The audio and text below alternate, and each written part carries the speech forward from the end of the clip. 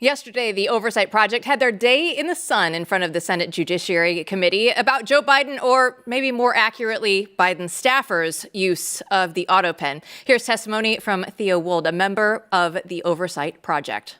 The Oversight Project, of which I am a board member, has discovered that the Biden White House deployed an Autopen to affix President Biden's signature to pardons, prison commutations, executive orders, and presidential proclamations.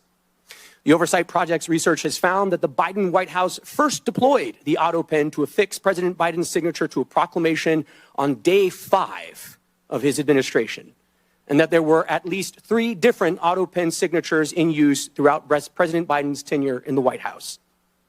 In June 2022, the Biden White House began deploying the Autopen to sign clemency warrants and executive orders.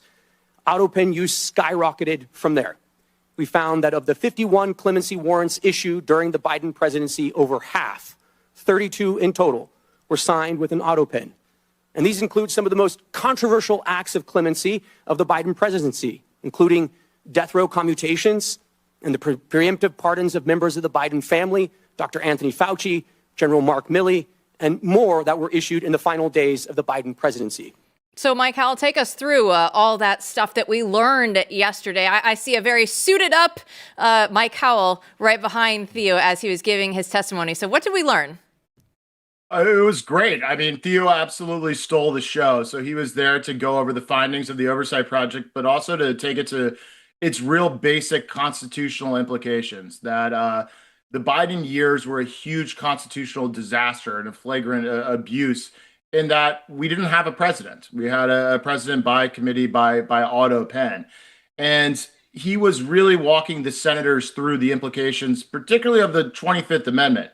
1967, after JFK was assassinated, the fourth president in 100 years, with a couple incapacitated presidents in between, the country came up with an exact process to deal with an incapacitated president. And that's Section 4 of that amendment, too, where the VP and the cabinet could get together and vote and basically tell the Congress, hey, our president's incapacitated. And he basically walked the senators through how they avoided that like the absolute plague for political reasons, and that it was their preference to have an incapacitated president. And so I think he really got the attention of the Senate committee. I really appreciated Senator Hawley, who I think had the most meaningful part of the hearing, when he, kind of said, well, what can we do as the Senate? And Theo walked him through the exact documents to go after, and then he committed to doing just that. And so we like to see positive actions and actually steps being taken from these hearings. As great as it is to have our findings discussed in that body and, on TV, we want to get to the bottom of this. And I think Hawley indicated some momentum behind the Senate doing just that. Yeah, let's watch that clip now. Let's play that clip for our audience of Josh Hawley.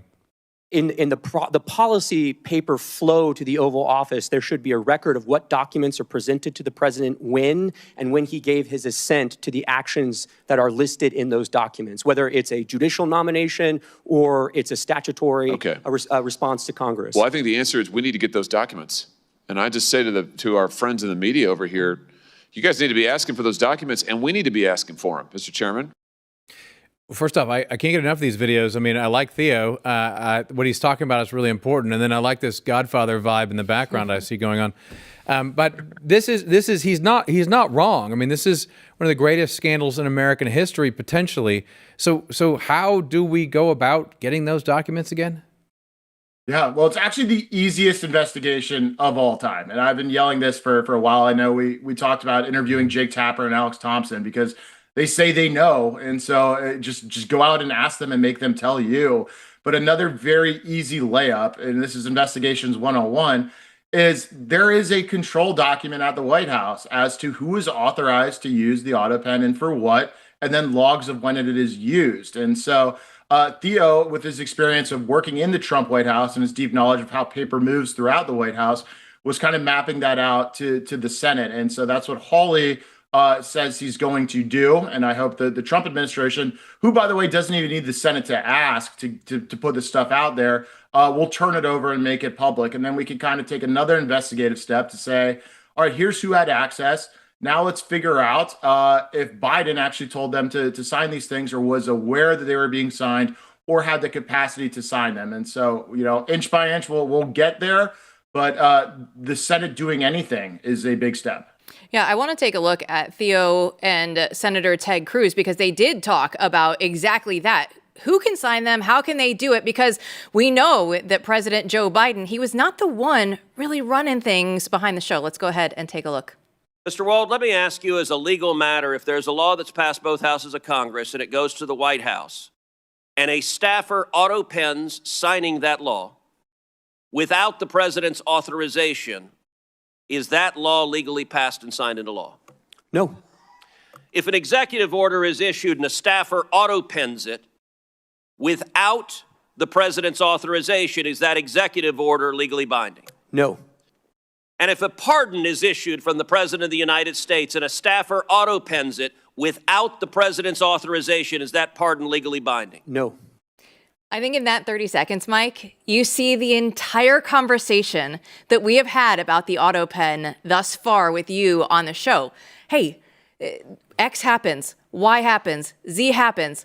Is any of this legal? If this is the way that it happens, no. The answer is always no. So the ramifications of this, Mike, are massive. Absolutely. And Senator Cruz really narrowed in on the key issue here. Like Democrats will say, and they weren't at the hearing, by the way, they ran away and didn't want to be there. But Democrats argue through their surrogates and media, well, Trump auto-pen things too, or someone else, Thomas Jefferson had an early stage auto-pen. It's nothing to see here. But the issue is, one, the capacity, and two, the awareness. Biden didn't have either. And so what Senator Cruz is really keying in on is the most important issue. It is about whether Biden actually directed it or was able to direct it. And if he's not, there's no question those things are legally insufficient. And so that's where this investigation has always been pointed, despite the trying to confuse things by the left and the smoke and mirrors they throw up. That's why they ran out of the hearing room after throwing a little hissy fit through Senator Durbin. Another reason is because guess who has a funky, no good, bad pardon? Senator Schiff, who's on that committee. And so he didn't want to be there because he could go to jail if he's prosecuted for the crimes he was pardoned for.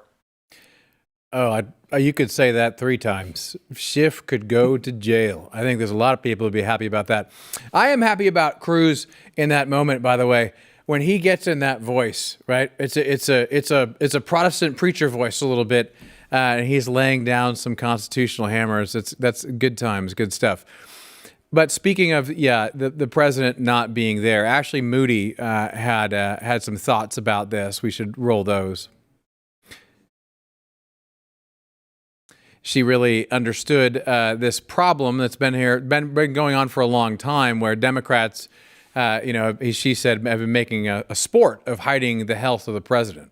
Look, I mean, if you go back through our history, Senator, so Grover Cleveland, Wilson, FDR, JFK, President Johnson, President Biden, it's almost a Democrat sport to keep from the American people the health and acuity of the chief executive. They've been doing this for a long time, but this is of another level, especially as Mr. Spicer was mentioning, the complicity of the national media in obscuring this, but also that cabinet officers would go to the lengths of avoiding interacting with the chief executive because they were fearful that they would have to speak to his diminished capacity. That's absolutely right. She nailed it. And Theo gave numerous examples of instances where that's happened. And I think there's a very important ideological difference behind all of that. Obviously, those are all political lies for sure, but it's because Democrats and the left believe in the power of the administrative state, not in the power of the president. So for them, it is completely acceptable to have a figurehead chief executive because in their mind, the power flows through the agencies, the regulators. Every other American with, 2 brain cells that can read the Constitution understands, no, that's not how it works. We vest all the executive power in one individual. So they need to be in charge of things. And this is basically the undercurrent of all of the legal battles we're having today and why President Trump's in court is because the left and the radical judges want to deny him the power of the presidency. To put it simply, the legal theory for the left was during the Biden years, you don't need a president to do things. And now during the Trump years, it is the president cannot do things. It is just flipping the Constitution on its head. And I think we all see it for what it's worth. Yeah, and this is a really important point because throughout history, there have been times where a president is sick, a president is not well, And there are people who want to hide behind that and run with it, going back, a long ways. You could poke at the progressives because Woodrow Wilson's wife was famous for doing this even before Roosevelt. So this has always been a perennial problem in American history. What really concerns me, Mike, is that we're at a point at which people were acting as if we don't need a CEO. Right, the whole thing just runs. It's as if it was ripping down the veil of sort of the blob or the Borg, just moving forward. No one needs to be told what to do because there's just this progressive line and everyone does it, as if there really is no boss. And it seems to me that the Trump presidency is in broad strokes is a reassertion of actual executive power within the context of American government. That's absolutely right. And dare we say of democracy itself. The president's the only person in this country, besides the vice president, that every American votes across state lines. The whole country votes for the president. It's obviously not the case for senators and House members. And so it's the biggest expression of democratic intent in the country. And so to basically say we don't even need that individual to be the president is just turning democracy again with the Constitution completely on its head, which I think speaks to the psychological projection of the left, who for the last few years has been decrying the America First movement as an attack on democracy itself. I think that all comes from a deep place within the soul of the left, where they actually aren't even for democracy. They just appreciate it as a slogan. Well, Mike, the last question. We hear all this. We want to be a part of this. We want to help. Where do we go from here? What's the next step? Oh, so many steps. As I said, gallops, and we have gallops, not steps to take in the piece that came out on the Blaze. But there are things the Oversight Project is doing from the outside. We'll have some more updates on the ways the signature was utilized over the years. But it's really up to the people with the guns and badges now to compel testimony, to obtain, bank records, text messages. Think of what the January 6th committee did or any of the January 6th FBI investigations. I want to see those resources and tactics deployed at this problem. I want to see Jake Tapper and Alex Thompson under oath because, again, they say they know who was propping up the White House and who was running it, and they can't hide those sources from a grand jury. So I think a grand jury needs to be impaneled, and we can't just rely on Congress to hold hearings and talk about it. We need legal process. This is when things start to get good. This is music to my ears, Mike Howell. Thanks so much. Thanks for having me.